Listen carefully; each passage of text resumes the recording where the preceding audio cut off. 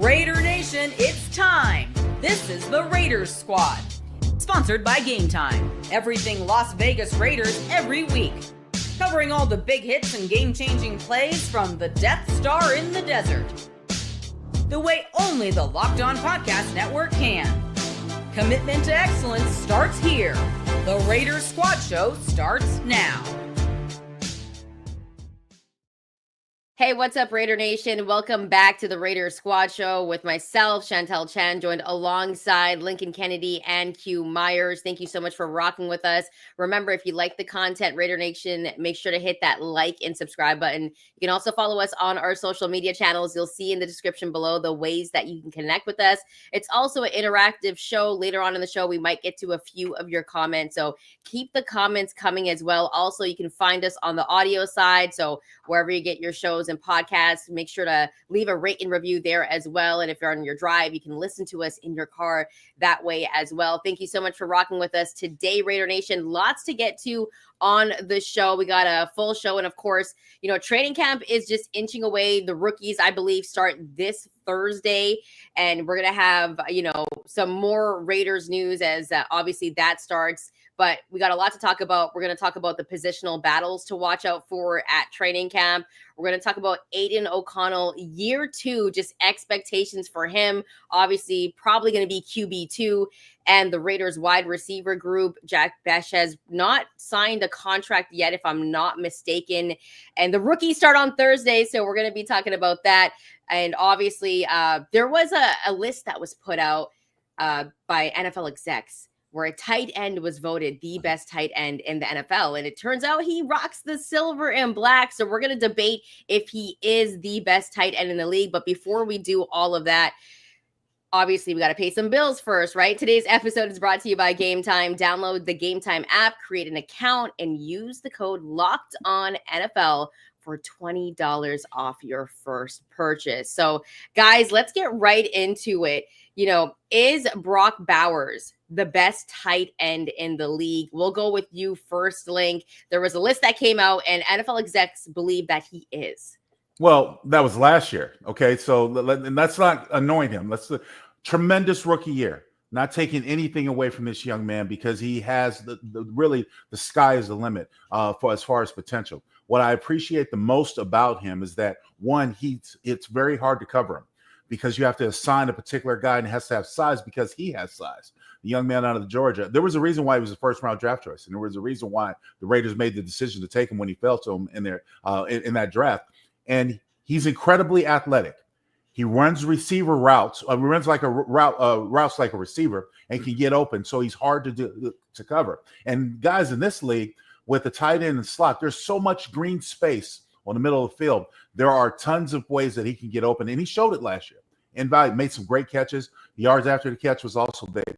But I would say it's still too early to anoint him the best in the league, because you have guys out there like obviously Travis Kelce, you got George Kittle, so on and so forth. And Q will probably talk to a more further extent with some of the other ones, but he's a good tight end. And I really appreciate it as a Raider alum, the fact that he was a guy, we haven't had that position filled correctly for some time. It's been a hit and miss here and there. Of course, Darren Waller was a huge expectation, but in losing him, never living up to his potential, you have to be cautious about how many crowns you give these kids early. They got to still work for a lot of stuff. So don't crown him too early. He's good. I wouldn't necessarily say he's the best, but he is good. Yeah, no, there's definitely some really good tight ends in the league. George Kittle, obviously, as Lincoln said, Travis Kelce, even though he's older, he still has a little something. Sam Laporta's there in Detroit. Trey McBride's there in the Cardinals, Arizona. So, that's kind of just rounds out the top 5 of those guys. I love the fact that he got the recognition from the execs, from the coaches, from the scouts that were polled. Like, that just lets you know, because as Lincoln knows, being on the broadcast, he had very inconsistent quarterback play his rookie year, and he still had a historical season, right? So that just kind of leads you up to, and it's something that I've really been trying to make sure I keep it in my head, is what John Spytek has been saying about the contract extensions that he's been signing these guys to. He's been saying it's not for what you've done, it's for what you're going to do. I feel like that this number 1 spot for Brock Bowers is not just for what he did his rookie year, but what they feel like he's going to do now that he's really got some competent quarterback play, right? You got a guy that you feel like is going to be able to throw the ball consistently in Geno Smith. That's going to give Brock Bowers an opportunity to be even better than he was his rookie year. And that doesn't necessarily mean statistically better, because he was the offense last year, his rookie year with the Raiders. Now that they have other weapons and they have Ashton Genty, I feel like it's going to be spread out, but his catches, his yards, his touchdowns will be more effective. They'll be worth more than what they were last year. So I love the fact that he's getting that recognition, and he's only going to get better. And for Lincoln's point, when he's saying how he's just a really good athlete and the way that he's able to run routes like a wide receiver, the dude hit like 4 home runs at the Battle for Vegas over the weekend, right? And a walk-off grand slam. Team Brock Bowers, walk-off grand slam. The Raiders hadn't won that softball game against the Vegas Golden Knights in 3 years. They snapped that streak with Brock Bowers. So just all-around stud is clearly what he is. But as Lincoln said, you can't just crown him immediately after one successful season. What can you do consistently? Can you keep piling up those seasons? Yeah, and you named a couple of guys there. Sam Laporta, of course, there's still Travis Kelce, who's at the latter end of his career. And then you still got a guy like George Kittle as well, who's been very consistent. Now, when we talk about those tight ends, Brock Bowers, I feel like last season it was really impressive because I don't feel like he had a legit quarterback, right? Going into this year, he's going to have Geno Smith. And I really believe in the end zone where Geno has struggled a little bit. That's where they might have a little bit more chemistry, because Brock Bowers in the end zone, in the red zone, is automatic. I feel like he can be automatic at times. So obviously, Link, you have a thought there. Well, here's the thing. We're going to talk about what you're doing fine. We can give him all the praise in the world. What he needs to work out is exactly that, what you're talking about, finding ways to get open in the red zone. The great tight ends have separated themselves, in history by finding a way to become open in the end zone. Not only using your size to try to throw it up to the tallest receiver, like a basketball pass, you can see in that area. The red zone becomes so compact. There are times where defenses play either tandem man zones or some combination like that to take certain throws away. So Brock, in my opinion, needs to find a way to get better and also develop that chemistry that you're speaking to, Chantel, with your quarterback, to know that if I run this route, I'm going to get open here, be open here, throw it there, and I'll make sure I'll catch it. And I think he has to get better that way. But also, I would say this. I think he needs to work on his run blocking as well, because it's going to be essential. He's come a long way from where he was starting as a rookie. He's come a long way, but there were a lot more times that the Raiders last year wanted to send him out as a wide receiver, or even sometimes as an interceptor or disguise player, send him out and have teams sort of curtail to try to get the run game started. He's got to increase his run blocking, because there's going to be a lot of 2 tight end sets this year in the offense. Yeah, that's funny though that we're talking about him being potentially the number 1 tight end, and we know that there's still room for him to grow, which Absolutely. is great. That's exciting for the Raiders. That should be exciting for him and Raider Nation, knowing that this dude has not reached his ceiling yet. He's just really scratching the surface, and he's already as good as he is. So you guys, if he's only going into his sophomore year and he still has a little bit more to prove, and Link talked about the things that he could improve on, if you guys had to make a list of the top 5 tight ends, and this is kind of on the spot, but the top 5 tight ends in the league, how would you rank it? 1 being the best, obviously 5th being the 5th best in that list. So Q, will go with you first.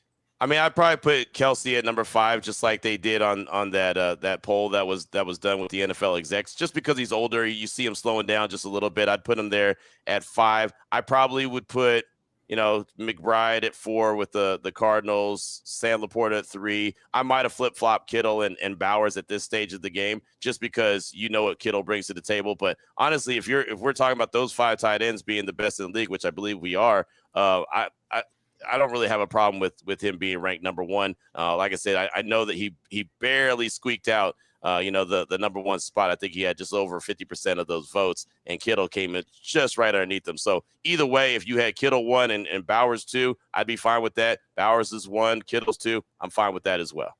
Yeah, I like, and I know that Kittle got in some trouble over the weekend, so we'll see how that plays out. But I do like the fact that I believe Kittle is at number 1, mainly because he has improved over his career, his run blocking skills. And he's become essential in that run blocking offense. And they can leave. Then there's ways that they can stretch the perimeter, get on the outside with a good blocking tight end. And Kittle has gotten progressively better in this game. So I would go Kittle number 1, Bowers number 2, and then I would go with McBride and Porta, only because Porta has had some injury issues over the last couple of years and a little inconsistency, and follow up by Kelce at 5. That would be my 1 through 5. Yeah, and I think that's really fair. And it's kind of interesting because Q, you can tell that you really believe that Brock Bowers is number 5 because he still has a lot to prove in terms of him going into his sophomore year. But here's the thing that I want to ask you. I feel like Brock Bowers had a little bit of pressure on him last season because he was supposed to be that guy on the offense when everything was kind of falling apart. And, the O-line wasn't playing good. The run game couldn't get going. And the one bright spot was really Brock Bowers last season, I felt like. And heading into this year, he's getting, a lot of praise. People are talking about how he's the best tight end in the league, possibly. Right. They love him in fantasy, right? You got to get him in fantasy. So my question to you guys is, we'll go with you first, Q. What else does he kind of have to prove at this point? And is there a lot more pressure on him this season?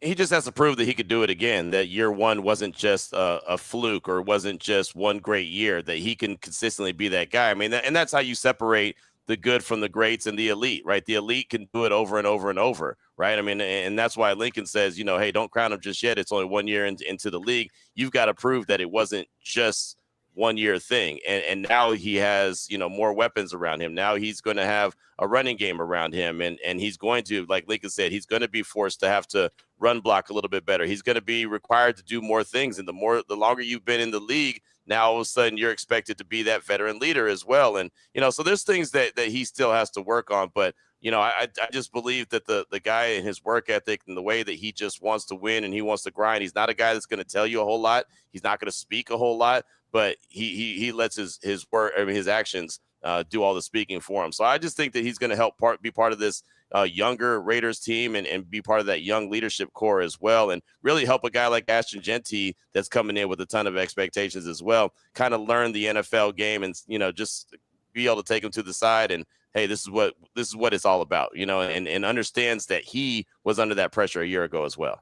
And I look at it a little bit different, guys. Here's the thing. I think last year with the amount of turmoil that was going on with this offense, he wasn't necessarily the focal point coming into the season. I thought it was more Devontae Adams. Then when Devontae Adams quit on the team and left, the Raiders are kind of reeling. And at that particular point, the Raiders didn't have any consistency on offense. So they were reaching.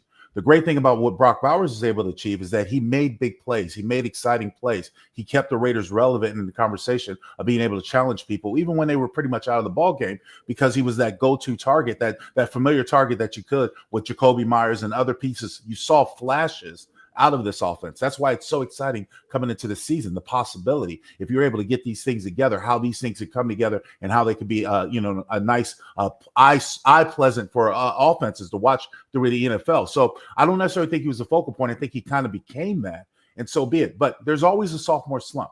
Look, the way the NFL, there are going to be defenses who are going to figure out a way to take him out of the the circumstances and stuff like that, take him out of the play. And more importantly, if the offensive line isn't gelling, isn't consistent, again, it doesn't matter who you have back there at quarterback, it's going to be a struggle to get the ball downfield. So you mentioned something, and this was going to be my next question. And Link, I'm happy you said it. Sophomore slump. You believe it's a real thing? Absolutely, without a doubt. Okay. Here's the thing. You come into the season, you can have the greatest season in your rookie year you could possibly imagine. It's not going to be the same.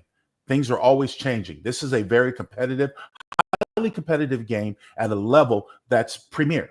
There are only a few people in the world who can do it. So there are going to be learning challenges. This is why you always have to get better. A coach once told me, if you ever think that you're leveling out, you're being passed out because someone is going to be better than you at something. So you have to find a way to harness what you can do well, make it better, and make it a bigger part of it. There's always a little bit of a slump.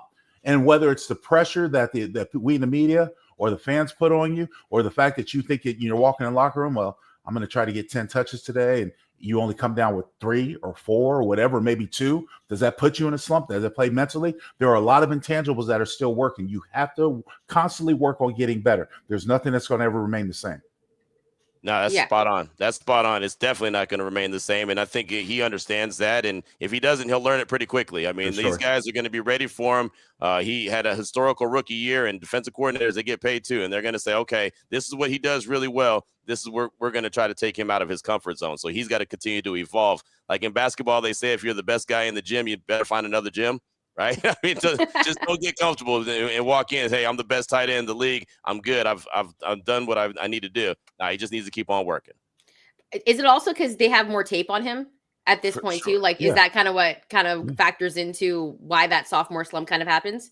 Yeah, for the most part, most defensive coordinators only concentrate or focus on the guys that they're going to see on the field. They don't necessarily do in college research. So you're not going back to Georgia to see what he did at Georgia. Now you probably are, and you're probably seeing the way other teams have defended again to maybe give you an idea.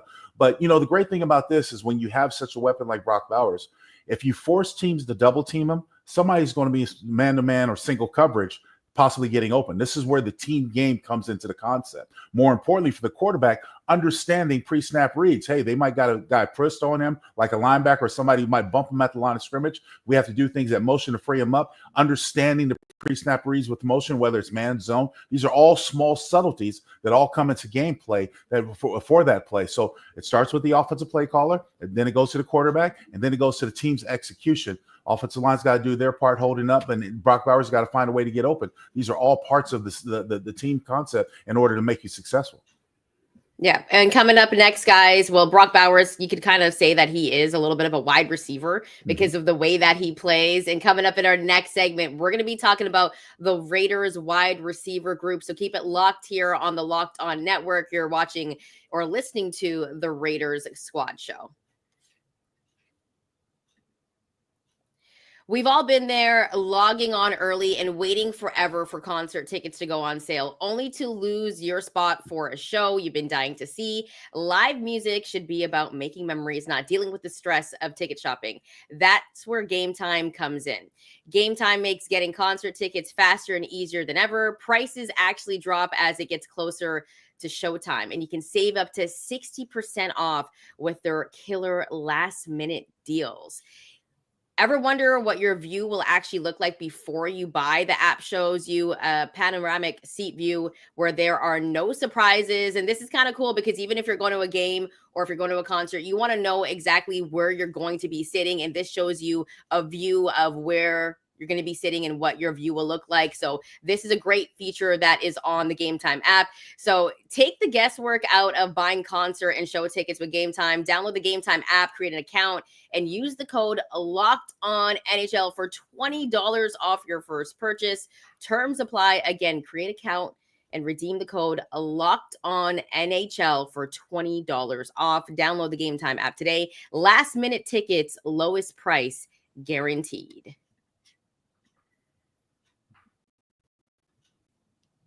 All right, guys. Well, we spent that first segment, Raider Nation, talking about Brock Bowers, who sometimes looks like a tight end. Let's keep it real here. But this wide receiver group for the Raiders, I feel like it's going a little bit underrated because there are some guys that have a lot to prove. But when you take a look at the wide receiver group in a whole, there's definitely some young talent here. And then we also got some vets like a guy like Jakobi Meyers, who could arguably be one of the most underrated receivers in the NFL, in my opinion. We'll start off with you first, Q. The wide receiver group that the Raiders have put together, what are your thoughts? Who are the standouts? And who's going to actually have a season where they're going to be relied on a lot that maybe hasn't been mentioned yet?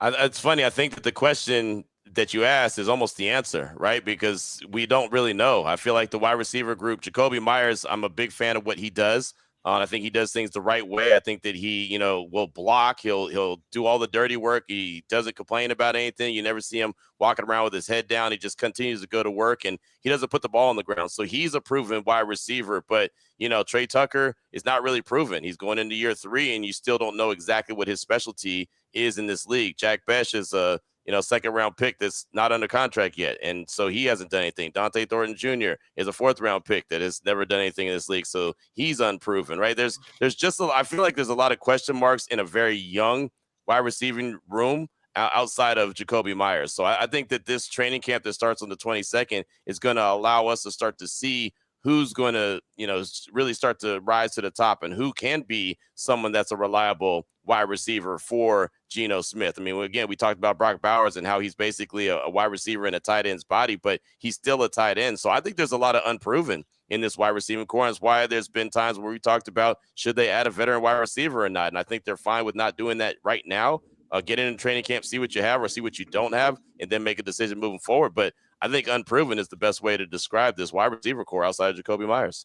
Yeah, for me, guys, it's a little bit, it's hard. As Q's talked about, I do believe it is a difficult topic. Look, when I was first looking into this topic, when we were researching this topic, I noticed that ESPN had us at the Raiders at 3 wide receivers and 1 tight end. offensive set, and one back.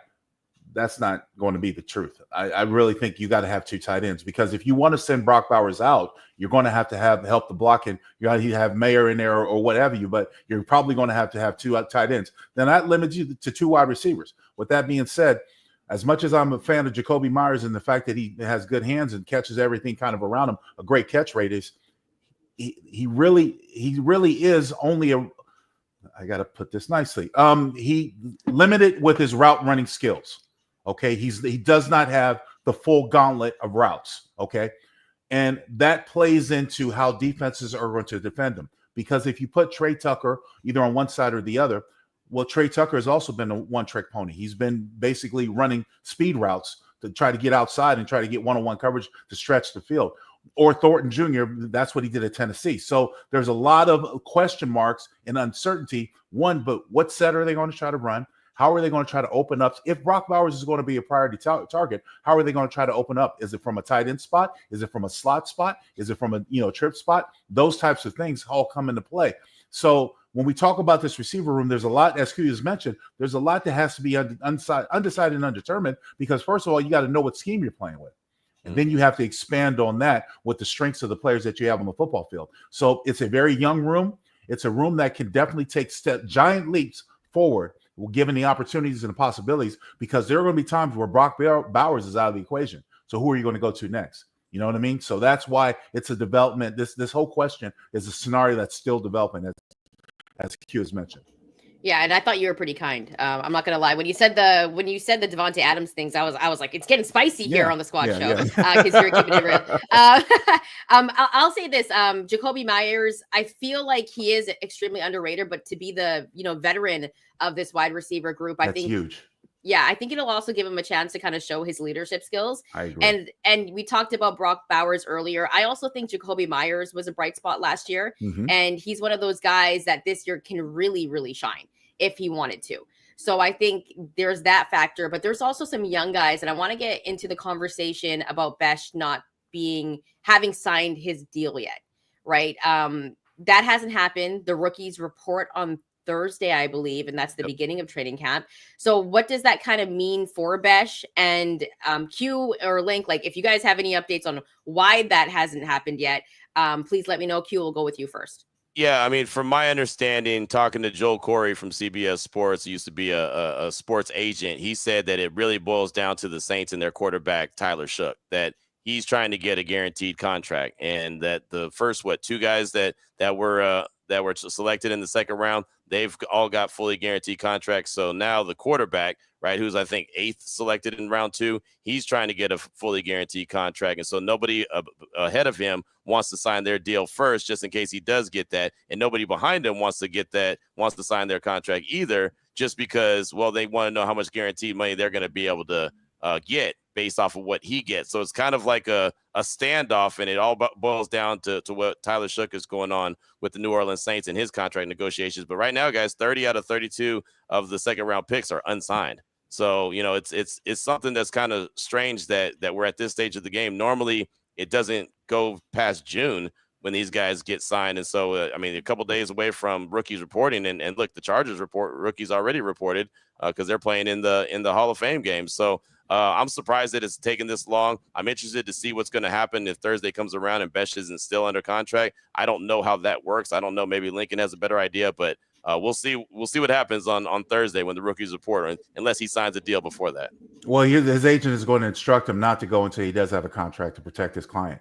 Don't want you to have it out there and be hurt, and then of course that affects your negotiation skills. But it's funny, Q, that you mentioned that guaranteed money, and I know that's a big caveat for a lot of players these days when it comes down to contract negotiation. I was always the one as a PA rep who thought if you want more guaranteed money, you're going to have to increase the amount of years. Because for an NFL team to guarantee, one, they have increased the roster, but still you have to increase the amount of years that you want to do it. And most rookies don't want to commit to that long-term contract. So there's a give and take there as far as the negotiation goes. It also depends on the individual. How bad does he want to play and get into camp and show his priorities? So it really is a fickle moment when you talk about contract negotiations. I hope it works out. I hope he gets with everything that he wants, or he's at least happy to get through his first contract to see where it put it. But I heard the same things that Q was referring to about the guaranteed money. So if he doesn't end up signing a deal before the 18th, which I believe is the start of training camp. I could be wrong with the date. Thursday. Let's just say Thursday this week. 17th. The Yeah. 17th. Okay. Is when they report, Yeah. Okay. So the 17th. So say if he doesn't sign by then, what does that kind of mean for Besh though? Because he's waiting, obviously, and he's doing the best thing that he can for himself. But then not being there on the first day of training camp, I feel like that would be pretty important, right? Because Link is saying like, they don't want him to get hurt. His agent doesn't want him to get hurt. Right. So, but if he's not there, I feel like that could have a massive effect on even his start to the season. Yeah, well, it sets you behind. It puts you behind, right, Q? It puts you behind. Yeah. Yep. Look, here's the thing. There are times where you, as an individual, you have to make decisions. What I've always said, and of course it reflected in my life, my agent works for me. So this is what I want. If the money is a priority, okay, then the money is priority. I want the money. I want the guaranteed money. I'm not going to report. But understand this, you're behind. Because these guys are in front of you, they're working. This team is coming, gelling together. The game moves on with or without you. So you're behind. So it comes up to the individual. If Jack sits there and says, you know what, let's just get into camp because I want to play. I want to prove myself. I want to earn my worth. Then you find a way to come into a common ground with negotiations, and you go out there and play and show what you can do. But if I was best agent, I wouldn't say, and you don't have a contract, I wouldn't say go to training camp. You're not going to training camp. You're staying. Let's stay put. Let's force the Raiders to try to make a decision. All those negotiating terms and all those things that come into play, those tactics. But you're behind now, the 8-ball, because you're not starting out when everyone else is starting. And I know that he was out there for OTAs. I know he was out there for mandatory minicamp, and I don't know what kind of I forget what the term is, but there was some kind of contract that he was signed to kind of protect him from injury, just in case something were to happen until he actually signs his contract. I don't know if that's something that's possible for training camp. I'm not that smart. So like I said, I have to ask the people that know a lot more than I do about that. But I'm very interested. I think that's a hell of a storyline, right? Leading into training camp, because like Lincoln said, you're a rookie. You need all the reps you could possibly get. You're going to be behind, and you don't want to fall further behind, right? We always, and this is not really necessarily a camp holdout, except for I guess it could be a camp holdout. But anytime we see camp holdouts, we always get worried, like, okay, are these guys going to get injured? Are they going to get up to speed? What's going to happen? It always seems like something pops up. So I think that this is a big storyline heading into Thursday. Can they get Jack Besh under contract before then? And like Lincoln said, is he going to just tell his agent, hey man, I want to be there, just get the deal done? And to speak to the point, it's an insurance policy, guys. That what you're referring to in OTAs and mini camps. You could sign a temporary insurance policy. Okay. Lloyd's of London used to do that back in the day when first rounders or potential high draft choices wanted to protect themselves coming through the draft in the final season in college. They would sign. They had policies like that. So it was an insurance policy that would compensate them if he got hurt and missed the season for an amount of money. But it's a very temporary one because it nulls and voids when you get into the regular season, training camp, and so on and so forth, pushing forward. And I think everyone loves the story of Jack Besh as well, and they want to see him do well. But when you're talking about training camp and you're coming in and, there's positional battles and whatnot, we're already kind of talking about, and the fans have been talking about, some analysts that Thornton Jr. Could possibly hold down a starting position on this squad. As for Jack Besh, right now on the depth chart, I believe he's number 2. So he might not be starting. So it would be very important for him to show up in training camp. Maybe he could wow some people. But when you take a look at the wide receivers, and, we talked about Jacoby Myers, we talked about Trey Tucker, a little bit on Thornton Jr. We did a whole segment on him on another episode. But from that group, and of course, there's a lot of guys that still have to prove a lot of things. If you guys just had to pick one guy that might surprise us this season, and this is obviously hypothetical, who would you pick? Q, will go with you first. From just the wide receiver position? Yes.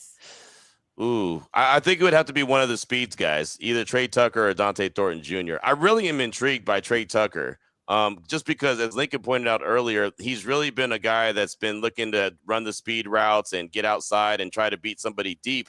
But with that speed that he has, there's so many things you could do with him. And I just feel like they haven't done that. They haven't done any wide receiver screens. They haven't done any, very rarely you see him with the end arounds. I think that you could really get creative with the guy like that, where he doesn't necessarily have to be a one-trick pony. But unfortunately, so far in his career, he has. That's why I think camp is so big for him and Dante Thornton Jr., because as Lincoln knows, a lot of times it's a numbers game. And at the end of the day, are the numbers going to work in Trey Tucker's favor, right? I mean, he's 3 staffs ago. He wasn't drafted by John Spytek. He wasn't selected by Pete Carroll. He was selected by Dave Ziegler. right? That was 3 GMs ago. So I think that this is huge for him to prove that he can be more than just a one-trick pony, because I think that's what Pete Carroll's going to want. And he's got a guy like Dante Thornton Jr. that's got that DK Metcalf size, and you saw what they were able to do with DK in Seattle and Geno Smith. So I think that this training camp is going to really be a heck of a battle for Trey Tucker to prove who he is and what he can be. I think he could be a hell of a player.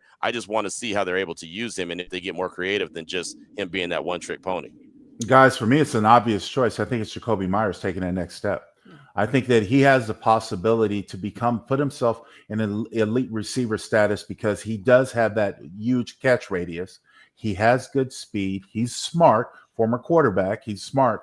And I've noticed in the OTAs that he was working on his route running, timing up with Geno Smith. I think that's important. I think that's critical. That type of chemistry doesn't come along that often, where a quarterback feels that I know that, this route is going to be run where he's going to throw. If a quarterback is under duress, throwing to a point, anticipating his receiver being in an area, and that takes time and chemistry. I think Jakobi Meyers has a great chance of taking that next step to put him in that stratosphere amongst the best receivers in the National Football League. I do think he has that ability. He just has to define it. And because he's been second or third to so many people throughout his career after making the position change from quarterback to wide receiver, it's been a long process. But I expect big things out of him this season. Yeah, and I feel like there is a little bit of pressure on Jakobi Meyers to be that guy and take that next step, but I feel like right now, the world is his oyster pretty much. Mm-hmm. He can pretty much prove it this year and be that guy if he wants to, and I feel like that's going to be great for him. Like I mentioned before, I think he's one of the most underrated players in the NFL. Contract year too. Yes. Yeah, that's very. That usually brings out a pretty good of people. I'm just saying, And hey, on Twitter or X, whatever you want to call it, some fans, Raider Nation wants them to kind of ink that deal a little bit quickly for Jakobi Meyers. Maybe that's a conversation that we have on another episode, but very important year for a guy like Meyers. Of course, coming up next, it's another important year as well for a guy like Aidan O'Connell. We're going to be talking about him next segment, so keep it locked on here on the Locked On Network. You're watching or listening to the Raiders Squad Show. Aidan O'Connell, second year, and ahead of him, he's going to have a very good leader in Geno Smith.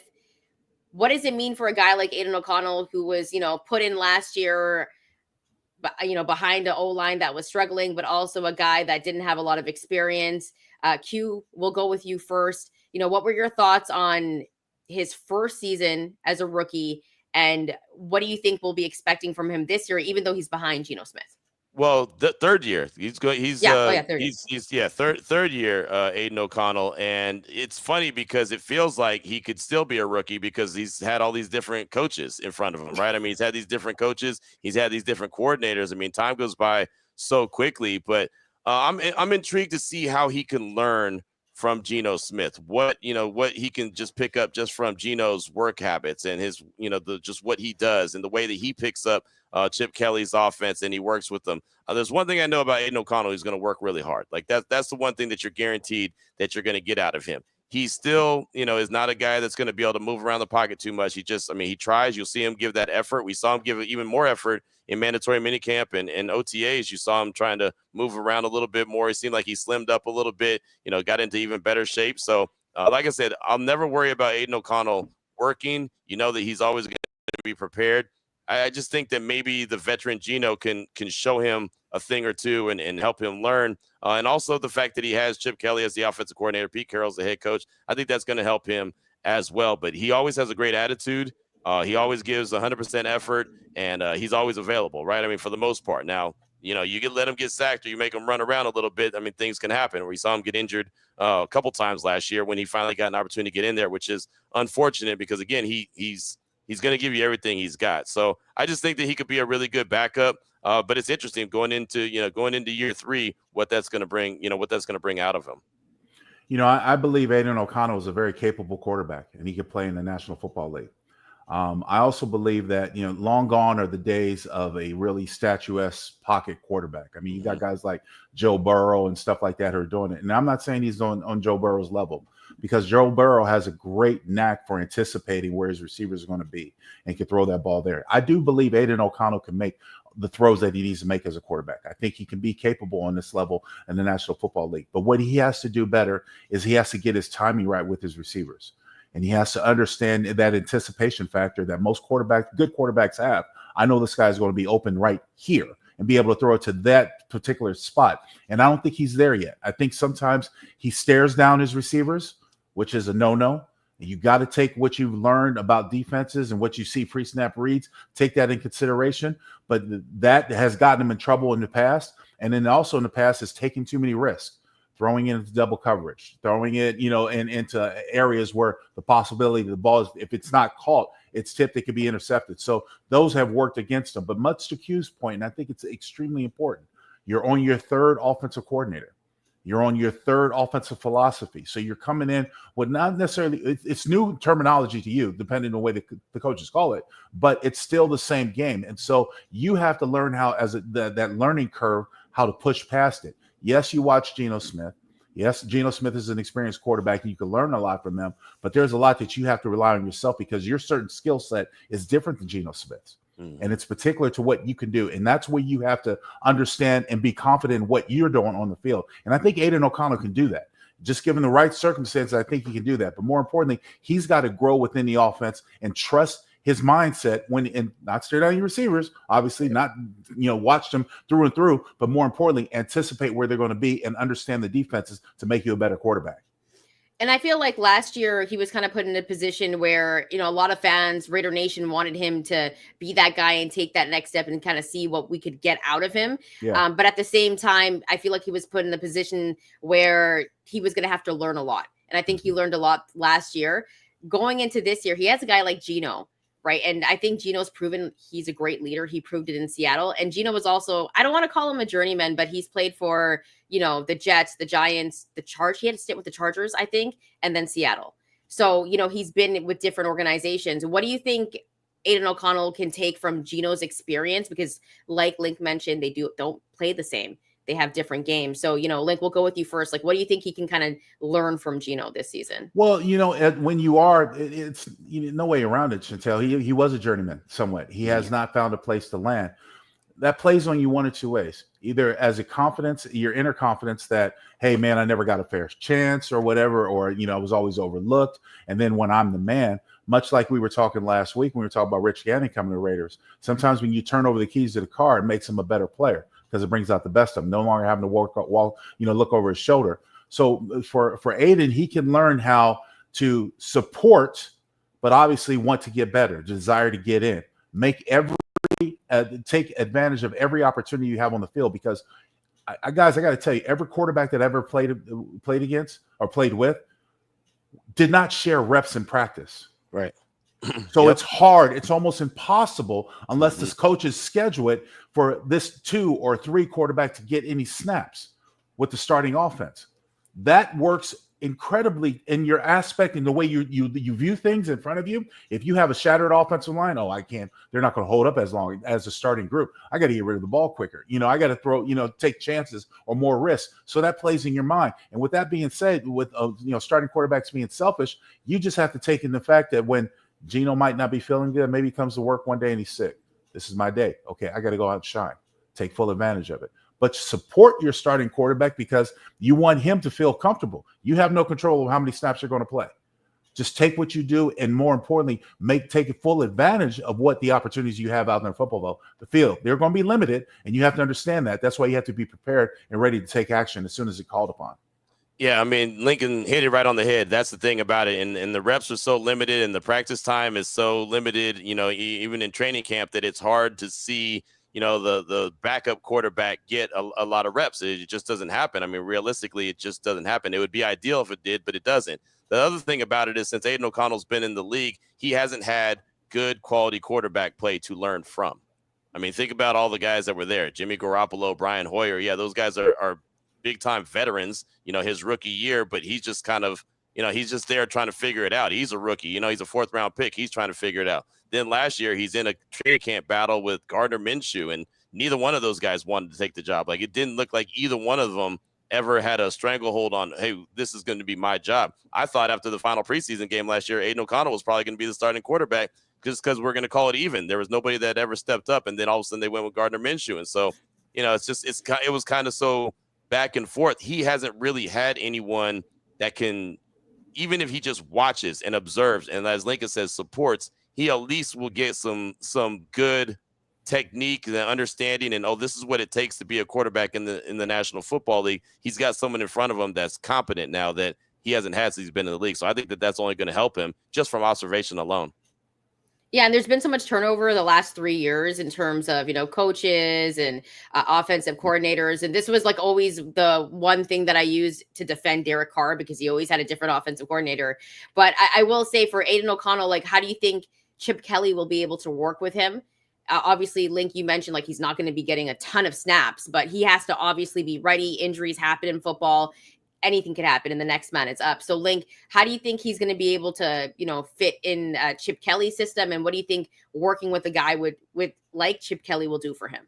Well, I think it'll be good because Chip Kelly is very creative, and he's had different quarterbacks throughout his career that have had different skill sets as a coach and an offensive coordinator. But I will say this, you're going to get a true sign of what Aiden can do in preseason, and that's where he's going to get a bulk of the snaps.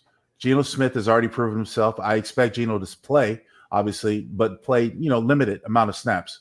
So this is why I think preseason is so important. You're going to get a chance to see Aidan O'Connell do his thing. Now, the way I would approach it as an offensive coordinator was this.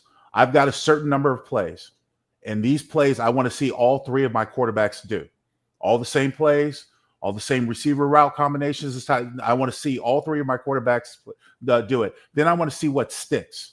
I want to see who excels, who has a better rep or who has a better snap calling this particular play. Then as the season progresses or you get into the season, you see how these quarterbacks will separate themselves. Is one more mobile than the other? Is one better reading to the left than the other? Is one better reading to the right? Is one better throwing the long ball, anticipating the streak route, the go route, or the deep routes better than the other one? Who's better at the pre-snap reads? Then you compile an offense based on those decisions and that logic. But where you're limited is the reps. That's why preseason is important. Yep. You're limited. You're not going to get that many reps in practice. And even when you have combined team practices, when the Raiders go up against the 49ers, they don't want to put a lot of stuff on film. So they're going to be terribly vanilla. That's why you start out with a basic script for all three quarterbacks, and then you move it as the season goes in, you expand it. I think the running game is going to help out Aiden O'Connell a lot as well, right? And that's something that we'll be able to see what it starts to look like in preseason. He had no run game last year, so play action pass wasn't going to work, and he's not mobile, as Lincoln said before, so he's not a threat with his legs. So basically it allowed the defenders to pin their ears back and just say, hey, we're going to get after this guy and put him on skates, because they're not going to hand the ball off, and if they do, that's not going anywhere anyway. We already know that. So it was just so difficult to go out there and execute. So if Chip Kelly's offense works to perfection, where they're able to run the ball like they anticipate, like Pete Carroll wants to do, and we know that Chip Kelly, that's how his offenses go. He has to have a run game. If he has that legit run game, that's going to help the quarterback out tremendously. So I think that Aiden O'Connell, when he does get reps, it'll help that he has a legit running game, if in fact they do put that together. And again, it goes back to what Lincoln wants to talk about. It goes back to the offensive line. To have a legit running game, you got to have those dudes up front, right? The big uglies, respectfully, the big uglies got to go out there and handle their business.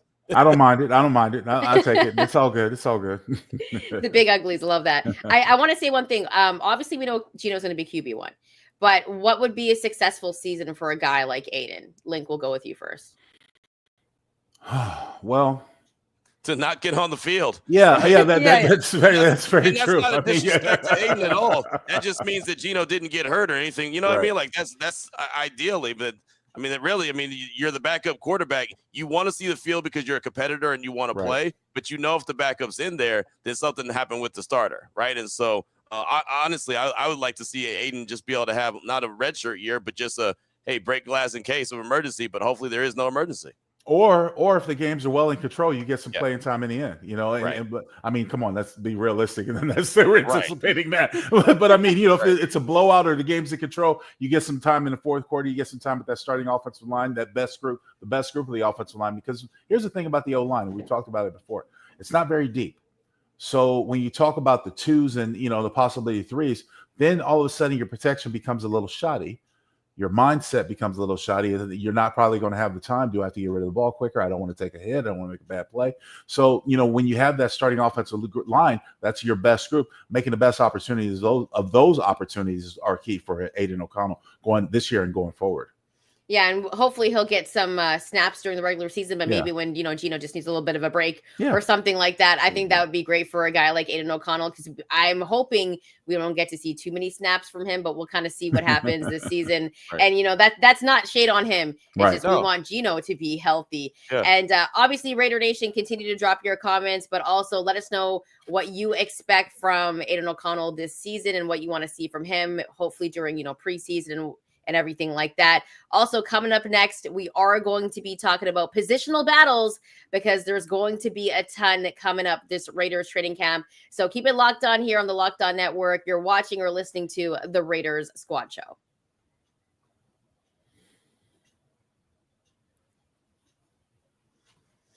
All right, well, training camp is inching closer. It came pretty fast. I feel like we wait all year for training camp and for preseason, and then it's here, and then we're like, okay, let's get ready for the regular season. But I feel like there's a ton of positional battles that we need to look out for, especially for this training camp, because there's a lot of young guys on the team, a lot of guys that also have to prove it, and there's a few positions that I feel like are very interesting.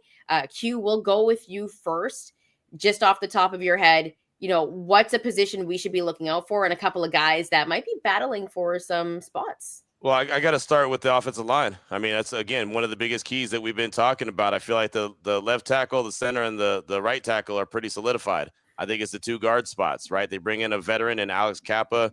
He was a guy that looked like he could hold down that right guard spot in OTAs and mandatory minicamp, but he's coming off a season that he wasn't very good in Cincinnati for one reason or the other. So we'll see how he adapts now with the Raiders. But you have Jordan Meredith, who I think did really well last year and probably wasn't even expected to be in that role last year, but he stepped up and did a really good job. You got Dylan Parham going into the last year of his deal. Is he going to be a guy that's out there and available? I think he's in I think training camp is going to be huge for him. You've got, young guys, rookies that are going to make some noise as well about, why they should be playing. So I think one of the biggest competitions that we're going to see during training camp is that offensive line. It's going to be who's going to hold down those two guard spots. And I agree with you, Q. And not to just always rely on the offensive line, but I think it's a big deal with the uncertainty with Colton Miller's contract. I think Thayer Munford has to come on strong, because he's possibly going to be that left tackle. Now he is, though I think he's capable. Too, Link. That's what I'm saying.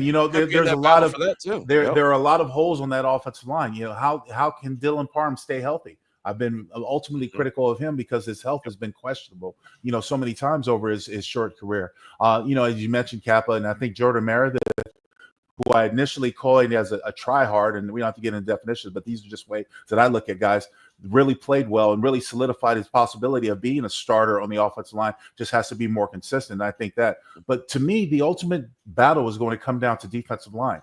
It's going to come down to that rotation.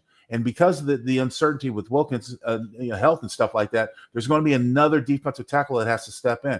Now, I think the world of Adam Butler, don't get me wrong, and I think he did a tremendous job last year, and I expect him to still grow and still be that force. But you're going to need more, and you're going to need to seal up that outside, whether it's Malcolm Kuntz, Tyree Wilson, the other side of Max Crosby. We know what you have, and two out of those four guys. But the biggest deal to me, guys, is creating that balance that you can have that rotation. And it's usually a 6 to 8 man rotation with that defensive line that you use throughout the season. Try to keep guys fresh going into the fourth quarter, so you still have that punch at pass rush. You don't drop off significantly to when those starters or those main guys are out of the game, where people can take advantage of you, because there are a lot of offensive coordinators that salivate when they don't see number 98 out on the football field. Max Crosby. So I'm saying, there are times where other guys have got to stand up, and there are a lot of young guys that could possibly define themselves in this position. The Raiders took an awful big chance on drafting some guys and bringing out some other young guys in from other teams. So they've got to develop under this system. But creating that rotation is absolutely imperative to me on that defensive line, guys. Yeah, no doubt about it. And they've got to get that push from that defensive tackle position. I mean, there's Absolutely. a reason why they went out there and spent the money on Christian Wilkins, because they haven't had that guy that can just give that and provide that interior push and make life a little bit easier on Max Crosby. I mean, nothing's easy in the NFL, but if these quarterbacks could just step up the middle, step up in the pocket, then all of a sudden they can escape, or they can just deliver a ball down the field. It hurts. It hurts what Max is trying to do, and Kuntz on the other end or Tyree on the other end. Somebody's got to be able to consistently get that pressure from the interior. So it's going to be Butler, Laulu, Tonka Hemingway, JJ Pegues. They drafted those guys. I mean, there's guys that are there, but there's a lot of unproven, and that's why they need the big fella Christian Wilkins back ASAP. And obviously, that's something we'll be paying attention to when we get to training camp as well. Where is Christian Wilkins? Is there a Christian Wilkins sighting? And is he going to be out there anytime soon? Yeah, I think that's one of the biggest stories heading into training camp. And you mentioned JJ, you also mentioned Hemingway. I think those are two guys that are going to be, fighting for that position, especially if Wilkins is still in a boot. And hopefully he's not. But I mean, we kind of talked about this earlier. He might be hopefully not missing a lot of games, but if he misses training camp and he misses the first, month of the season, that's going to be really telling. But I want to go back to the O-line, and I'm surprised you didn't roll with the O-line first. Oh, well, I mean, look, we've talked ad nauseum in the few shows that we've had about the offensive line. We know how critical it is, but there's so much undecided. You can't. We can sit here and play the name game, but Cole Miller's in a contract situation. Yeah. You know what I mean? So, and I would say he's the starting left tackle.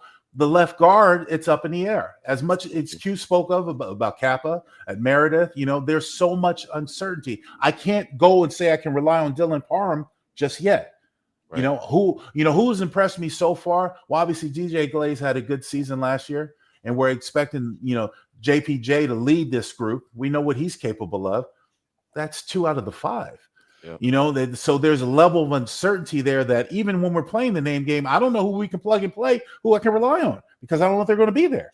So Q said something really interesting about Alex Kappa, right? He didn't have the best season last year. And I felt like when it was reported that, he was going to sign with the Raiders, it was kind of 50-50 with Raider Nation.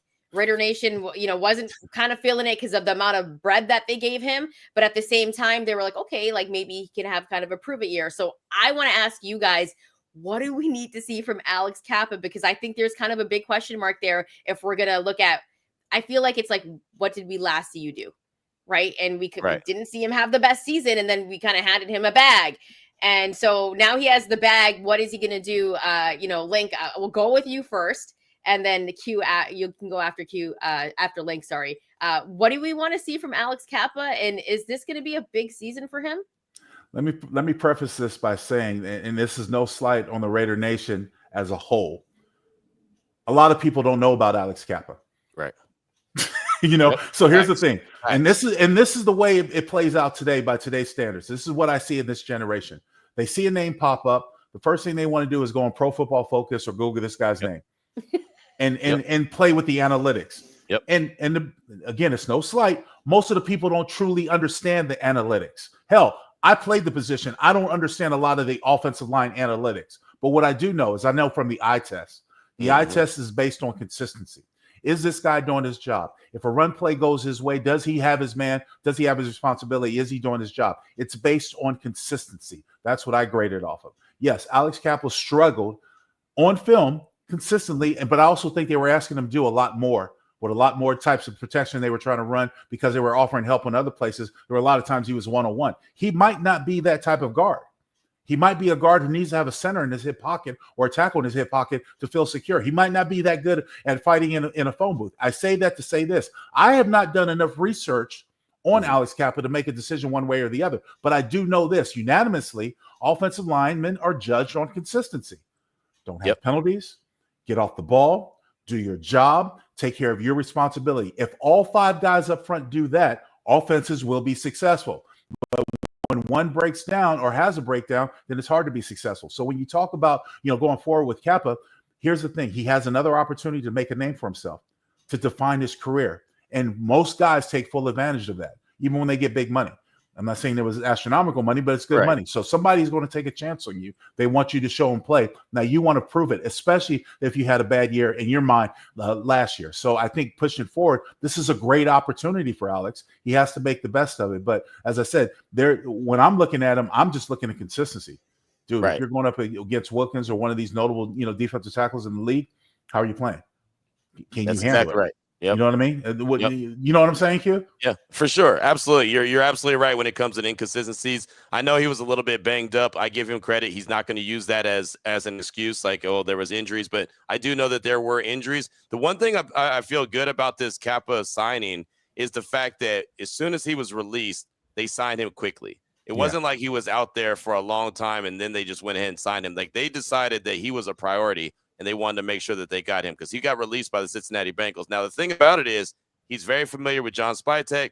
He's very familiar with Tom Brady from his time in Tampa Bay. So clearly they believe in what he can do, and they know who he is, and he's got an opportunity to now, get his career turned back around with the Raiders and again, with guys that believe in him. And there's something to be said about that. And for some of the players that we talked to at mandatory minicamp and OTAs, that's what a lot of them said. Hey, I'm very familiar with Spytek, or I'm very familiar with Pete Carroll. I know what to expect. These guys know what I could bring to the table and how to get the best out of me, and that's why I'm here. I think that Alex Kappa is that exact thing, that exact reason as well. So I feel pretty good about that signing. We'll just see what it looks like in training camp.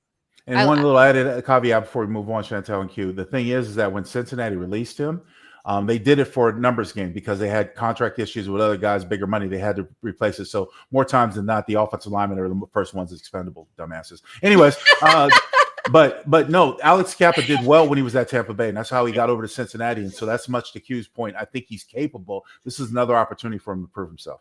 No, I love the O-line talk because I think Raider Nation was a little bit split for Alex Kappa. Mm-hmm. But I feel like if it's going to be his prove it year, and we've talked about having prove it years, this could be that year for him. And I love the fact that Q put it out. Like they took him right away. Like as soon as the Bengals released him, they were like, okay, we want him, which I think is which is very important. Now we've talked about the secondary. There's going to be 2 cornerback slots that are going to be open. And I feel like people are going to be trying to battle for those positions. A couple of guys I want to mention, Bennett, Richardson. Then you got, a rookie in Darian Porter. Let's start off with you first, Q. What positional battles, like who's going to be battling for those spots? Who do you think is going to surprise us?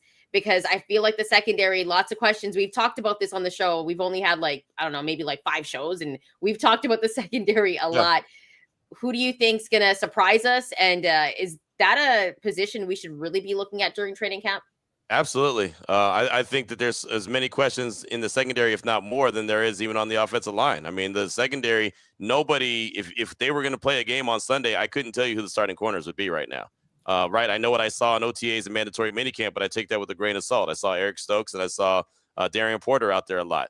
Jacorian Bennett is still working his way back. I would like to see JB out there because I think that he's really good, and he was having a really good season last year until he went down. And I mean, he was at one point, I think he had 8 pass breakups, PBUs last year, and was leading, the secondary position, basically cornerbacks across the league. He was doing a heck of a job, and then he got injured. I would like to see if he's able to translate his game into what Coach Carroll wants, right? Darian Porter is the young guy that everybody's talking about, right? And that he's going to be able to bring that Seattle Seahawk type, Legion of Boom type cornerback style and body type to the team. But he's very young at the position, not only just a rookie in the league, but just playing the position, period, as a converted wide receiver. So, what is he going to bring to the table, and how quickly is he going to be able to get up to speed? There's a lot of question marks in the secondary, and DeCam Richardson got a lot of reps last year. They weren't all great reps, but he got reps. So that's time on task, and that's only going to help him as well. I think that's going to be one of the biggest competitions in training camp is who's going to be the starting cornerbacks. Oh, by the way, who's going to be the nickel, right? Who's going to take over for Nate Hobbs now that he's gone? That's the big one to me, Q and Chantel, the nickel. There's a Darnay Holmes, there's a Sam Webb. Sam Webb played a little bit last year, got tested sometimes, but I thought, and we talked about this before, I thought it was a huge loss to the Raiders, for Nate Hobbs to be gone, because I thought he was one of the better nickel corners in the league. Mm-hmm. Now, the way that plays into is because there are a lot of teams that want to run those spread formations. That nickel spot becomes key, whether it's a tight end, like a Brock Bowers or something, that type of talent spread out, or more importantly, just a defense game. So I think that's a big position, the nickel, who takes over that. But much to Q's point, when it comes to corner, it's a wait and see. I would like to see Cam Richardson take the next step. I really would. I think he has potential there, in the absence of Jacorian Bennett trying to nurse himself back from injury. But I think I want to see Richardson take that next step, because I just like his intangibles, and I like his knowledge and his speed, and as he runs fast to points, which is uncoachable. You cannot coach speed. It's there. So I think it's possible there, but he just has to be smarter in decision making, when to take a risk, when not to take a risk. All in all, because this is a rather reluctant group, we want them to be hungrier for ball hogs. We want them to go after and try to get the interceptions more, and be more decisive with their pass breakups, rather than sitting back waiting for the receivers to catch the ball and then reacting. And we know that obviously Pete Carroll likes those takeaways as well. And we know that he's had some famous defenses in the past. But that's it for the Raiders Squad Show today. We'll be back later in the week. Remember, if you like the content, hit that like and subscribe button. You can also follow us on our social media channels. You can find us on the audio side as well. Before we get up and out of here, Link, Q, you guys have any final words? Go Raiders. There you go. Go Raiders, right? Getting closer and closer to just actually seeing something on the field, some training camp action. So we're looking forward to it. For sure. Fun. Make sure to hit that like and subscribe button. Thanks so much for rocking out with us this morning, Raider Nation. We'll be back later in the week.